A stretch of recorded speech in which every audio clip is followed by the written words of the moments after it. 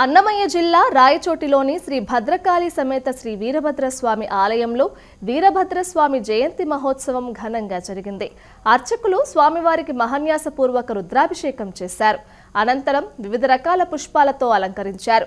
కార్యక్రమంలో రాష్ట్ర రవాణా శాఖ మంత్రి మండిపల్లి రాంప్రసాద్ రెడ్డి సతీమణి హరిత పాల్గొని స్వామివారిని దర్శించుకున్నారు.